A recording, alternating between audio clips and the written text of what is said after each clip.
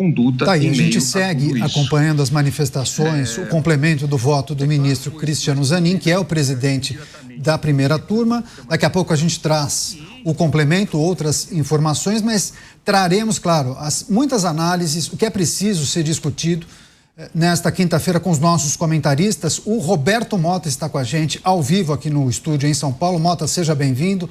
Ótima noite a você. Queria pedir sua reflexão e sua análise sobre a reação da oposição. Muitas críticas a esse julgamento, especialmente o posicionamento de alguns ministros e, naturalmente, espera-se um movimento da oposição, inclusive na possibilidade de um avanço do PL da anistia, muito apoiado no voto de ontem do ministro Luiz Fux. Mota, boa noite. Boa noite, Caniato. Boa noite, nossos espectadores. Mais uma vez se especula sobre a votação desse projeto de anistia. Vamos ver, esse projeto já quase foi votado várias vezes. Não está parecendo que esse projeto é muito prioridade, pelo menos para quem controla a pauta do Congresso Nacional. Há quem especule que o voto do ministro Luiz Fux teria mudado o cenário. O voto do ministro Luiz Fux foi extremamente completo, detalhado e técnico. Mas a anistia é uma questão política, não é uma questão jurídica. Se o Congresso for ficar esperando pela autorização de juristas, de uma forma ou de outra, para votar esse projeto, ele pode não sair nunca. Principalmente nesse momento em que parece que os fundamentos do direito foram virados do avesso para satisfazer ao poder.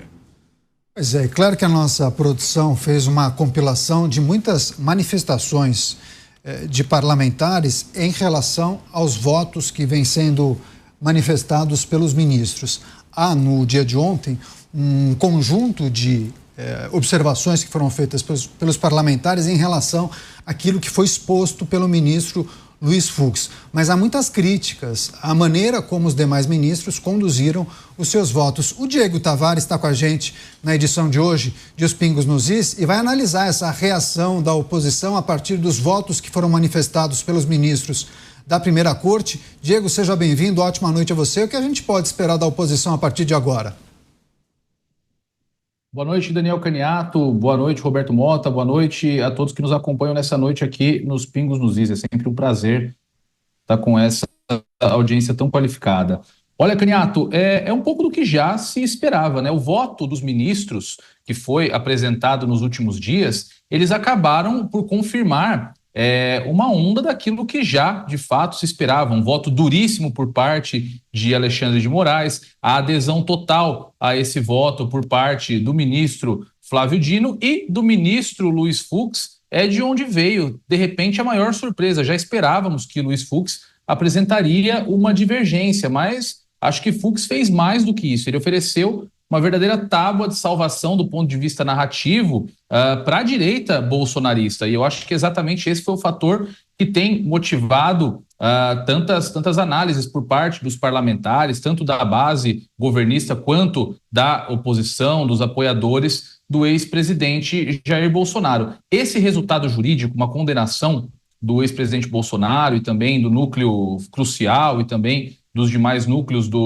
da suposta trama golpista, já era, de certa forma, algo esperado. Mas eu acho que, do ponto de vista narrativo, o voto do ministro Luiz Fux, ele dá uma carga de institucionalidade muito grande para aquilo que sempre foi visto, sempre foi tratado pela oposição bolsonarista como papo de golpista. Quem falava que o STF era um tribunal que não detinha competência para apreciar o caso da suposta trama golpista era tratado como se golpista fosse. Quem falava a respeito de cerceamento de provas, quem aventava uma eventual inocência do ex-presidente Bolsonaro era tratado também como alguém que estaria, de certa forma, participando da intenção golpista, que congregava com a mesma intenção que levou as pessoas no estopim do 8 de janeiro a depredar os prédios públicos tentando uma suposta ruptura democrática. O voto do Fux, nesse sentido, ele deu aquela carga de institucionalidade que esse discurso até então não tinha. O voto do Fux agora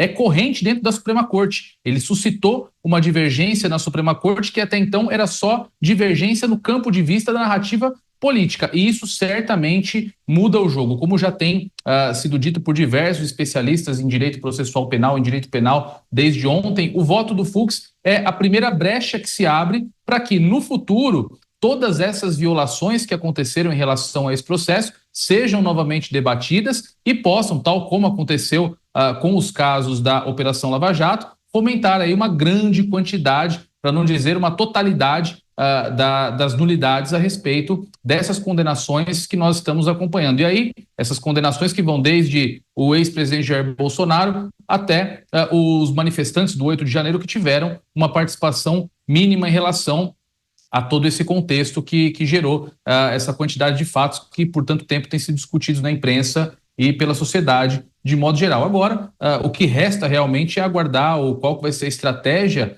tanto da direita no campo político quanto da defesa do ex-presidente e dos demais réus após a concretização dessa condenação, que deve se dar amanhã na sessão que será destinada à dosimetria das penas, né, a definir de fato qual será a pena de cada um dos condenados. Sim, vamos nos aprofundar nesse aspecto, mas existe uma possibilidade até da discussão sobre a dosimetria acontecer no dia de hoje. Informação que foi trazida pela Janaína Camelo. Daqui a pouco a gente atualiza, inclusive, essa possibilidade, essa discussão que acontece nos gabinetes do Supremo.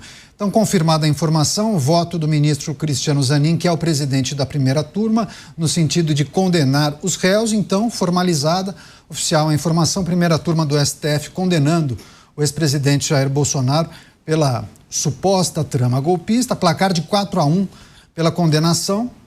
Lembrando que o único a divergir foi o ministro Luiz Fux, o longo voto proferido no dia de ontem. Então, além do ex-presidente Jair Bolsonaro, também foram condenados Alexandre Ramagem, Almir Garnier, Anderson Torres, Mauro Cid, Paulo Sérgio Nogueira, Augusto Heleno, Walter Braga Neto. E aí, como bem disse o Diego Tavares, os ministros ainda precisam discutir, determinar a dosimetria, ou seja, o tamanho das penas que serão determinadas, que serão impostas aos condenados. Deixa eu chamar o Luiz Felipe Dávila, também está com a gente ao vivo, vai trazer sua análise e reflexão sobre as muitas repercussões a partir da manifestação dos votos e agora essa decisão que já era prevista, né, Dávila? Seja bem-vindo, boa noite. Boa noite a você, boa noite aos meus colegas de bancada e boa noite à nossa audiência. Bom, o julgamento traz o resultado que nós já havíamos previsto aqui nos Pingos nos Is. Afinal de contas, era um julgamento político e não jurídico. Aliás, o único voto jurídico foi o voto do ministro Fux. Interessante que foi um voto técnico que as torcidas organizadas nas redes sociais interpretaram como um voto político. E o voto político dos outros 4 membros da turma, que é visto como voto técnico por aqueles que concordam com a tese do suposto golpe de Estado. Mas o fato é que o voto do jurista Luiz Fux mostra como se preza a Constituição, o devido processo legal, o Estado Democrático de Direito. Foi um voto corajoso que revela a sua indignação com o Supremo Tribunal Federal, que se transformou num tribunal político e deixou de ser uma corte constitucional. Interessante, Caniato, um comentário do advogado Leonardo Correia, que foi entrevistado, inclusive, numa entrevista com o Dávila, ele é presidente da Lexum.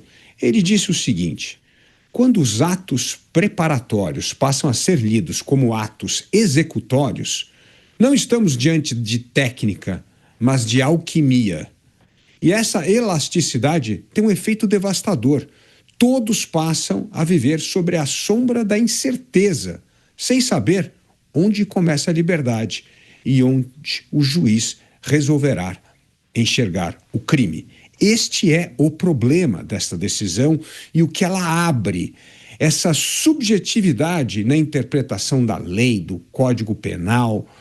E isso é muito ilustrado por esse sensacionalismo jurídico na narrativa do tribunal, ao mostrar imagens, ao tentar tocar o coração das pessoas. ao tentar mostrar que ali, olha como houve golpe de Estado. Mas isto não é direito. Isso é ser roteirista, isso é ser escritor, membro de clube literário, mas não é membro da Suprema Corte.